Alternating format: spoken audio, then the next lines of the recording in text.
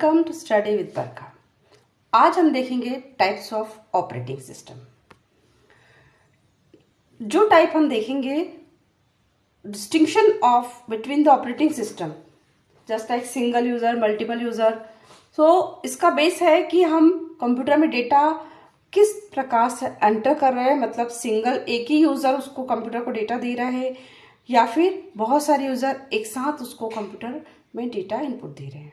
So, how data is being entered in the system and how fast we are getting the output from the computer system. So, response time क्या है? On these basis, we are distinguishing the types of operating system. There are multiple types: single user, multiple user, multitasking, multiprocessing, embedded and real time operating system. अब हम single user operating system को भी दो type में divide करते हैं। First is single user single task, second single user multitasking. यहां single user मतलब इनपुट देने वाला यूजर एक ही है, यूज करने वाला पर्सन एक ही है। But single user single task में हम देखते हैं कि जो यूजर है कंप्यूटर से एक बार में इफेक्टिवली एक ही टास्क परफॉर्म कर पाता है। For example palm operating system. But in single user multitasking, जैसा हम यूज कर रहे हैं विंडोज ऑपरेटिंग सिस्टम, इसमें एक ही यूजर, हम एक ही व्यक्ति यूज करता है उसको और एक बार में बहुत सारे काम कंप्यूटर से करवा लेता है। जैसे कि वर्ड में फाइल टाइपिंग वर्क भी हो रहा है हमारा, साथ में प्रिंटिंग भी कर रहे हैं हम और नेट से फाइल भी डाउनलोड कर रहे हैं। तो multiple task are executing, are performing in the computer system at the same time, so that is called multitasking. अब आता है multi user operating system. Multi user में क्या होता है कि मल्टीपल यूजर हैं यूज करने वाले, इनपुट देने वाले, और वो कंप्यूटर को एक साथ इनपुट देते हैं और अपना जो वर्क है एक साथ करते हैं। So this type of operating system allow multiple user to access the computer system at the same time. Example है time sharing system, internet server. ये मल्टी यूजर ऑपरेटिंग सिस्टम है, हम आगे एक्सप्लेन करेंगे। Unix, VMS and mainframe operating system, इसमें बहुत सारे user होते हैं लेकिन ऑपरेटिंग सिस्टम एक होता है। कंप्यूटर के रिसोर्सेज को सारे यूजर एक साथ यूज कर सकते हैं। जैसे कि सर्वर, नेटवर्क सर्वर में जो डेटा है वो सारे यूजर एक साथ उसको एक्सेस कर लेते हैं और रिसोर्सेज को भी, प्रिंटर वगैरह को भी एक्सेस करते हैं। Now multitasking. मल्टीटास्किंग मतलब more than one program can be run concurrently. CPU जो है एक है लेकिन multiple task it can perform concurrently, मतलब एक साथ जो फील आता है कि जैसे विंडोज ऑपरेटिंग सिस्टम मल्टीटास्किंग है, मतलब एक साथ बहुत सारे काम ये कर सकता है। हम गाने भी सुन सकते हैं, नेट भी इसमें हम यूज कर रहे हैं और प्रिंटिंग भी कर रहे हैं, तो बहुत सारे काम कॉन्करेंटली चल रहे हैं, मतलब एक साथ चल रहे हैं। आपको फील हो रहा है कि सारे काम एक साथ चल रहे हैं, बट एक्चुअल में होता ऐसा नहीं है। होता ये कि सीपीयू एक ही रहता है। वो जैसे कि फॉर एग्जाम्पल 1 मिनट में 10 सेकेंड उसने एक टास्क परफॉर्म किया, 10 सेकेंड सेकेंड टास्क परफॉर्म किया, फिर नेक्स्ट 10 सेकेंड उसने थर्ड टास्क परफॉर्म किया। इसी प्रकार जो 60 सेकेंड में से 6 टास्क उसने परफॉर्म कर दिए और जो 61वां सेकेंड है उसमें वो वापस फर्स्ट टास्क को परफॉर्म करेगा। तो आपको इतने कम टाइम में, मैंने एग्जाम्पल काफ़ी बड़ा लिया है कि 10 सेकेंड में एक टास्क, बेसिकली ये माइक्रो सेकेंड पर चलता है। कुछ माइक्रो सेकेंड में एक टास्क काम परफॉर्म किया, उसके बाद फिर कुछ टाइम में सेकेंड टास्क परफॉर्म किया और कुछ टाइम में थर्ड टास्क को एग्जीक्यूट किया। तो execution is done one by one, but वापस रिपीट करके वो फर्स्ट टास्क को फिर एग्जीक्यूट कर देगा, फिर सेकंड को एग्जीक्यूट करेगा, थर्ड को एग्जीक्यूट करेगा। तो हमको जो फील आता है कि सारे काम एक साथ हो रहे हैं, क्योंकि इनपुट आउटपुट डिवाइस की जो स्पीड होती है बहुत स्लो होती है।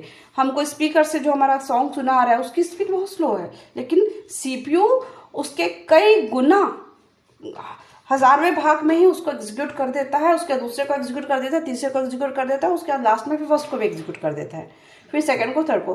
तो इस तरह से कई सारी शेड्यूलिंग पॉलिसीज होती हैं, उसके बेसिस पर वो काम करता है और मल्टीपल टास्क को कॉन्करेंटली, मतलब एक साथ हमको फील होता है कि सारे काम पैरेलली चल रहे हैं, एक साथ चल रहे हैं, बट वो एक एक करके ही सीपीयू में एग्जीक्यूट होते हैं और इनपुट आउटपुट डिवाइस में अपने अपना रिजल्ट हमको देते हैं। तो सारे काम फील होता है कि एक साथ हो रहे हैं, बट एक्चुअली सीपीयू में वन बाय वन ही होते हैं।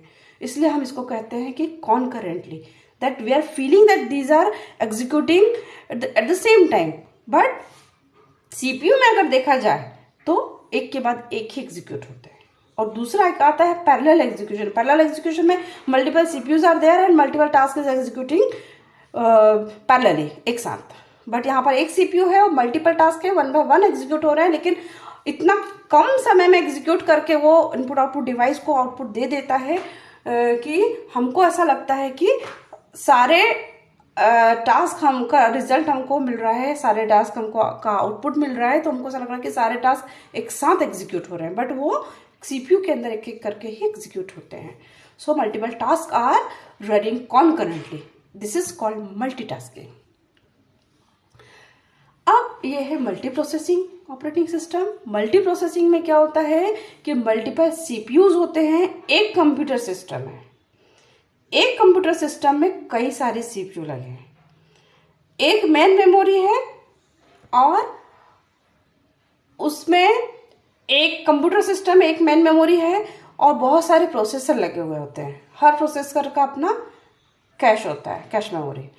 अब होता क्या है कि जो एक टास्क दिया है या एक से ज़्यादा टास्क दिए हैं उसको परफॉर्म करने के लिए कंप्यूटर को, वो उन टास्क को अपने शेड्यूलिंग पॉलिसी के अकॉर्डिंग डिफरेंट प्रोसेसर को परफॉर्म करने के लिए दे देता है, एग्जीक्यूट करने के लिए दे देता है। अब सारे प्रोसेसर उनको अपना अपना जो भी उनको वर्क मिला होता है एग्जीक्यूशन के लिए, वो अपना एग्जीक्यूट करके आउटपुट दे देते हैं। और एट लास्ट जो हमारा ऑपरेटिंग सिस्टम है, जो मैनेजर है, वो जो आउटपुट है उसको मर्ज करके हमें पर टोटली जो उसको रिजल्ट देना है, डिस्प्ले करना है, वो डिस्प्ले कर देता है। तो यहाँ एक काम को या एक से अनेक काम को बहुत सारे प्रोसेसर मिलके पूरा करते हैं तो वो काम बहुत फास्ट हो जाता है। इसीलिए हम बोलते हैं मल्टी प्रोसेसिंग। मल्टी प्रोसेसिंग में multiple processors are executing at the same time, but in multitasking only one processor is executing multiple tasks, but in multiprocessing multiple processors are executing one or multiple tasks, correct? Now embedded operating system क्या है? embedded का मतलब होता है कि embedded मतलब किसी भी मशीनरी, किसी बड़ी मशीनरी के अंदर हमारा कंप्यूटर का चिप एम्बेड है, उसके अंदर है। जैसे कि कार, वॉशिंग मशीन, उसमें कंप्यूटर का चिप रहता है। तो वो जो चिप होता है वो एक्चुअली सिंगल प्रोसेसर नहीं होता, वो कंप्लीट कंप्यूटर होता है। मतलब वो होता है एक माइक्रो कंट्रोलर।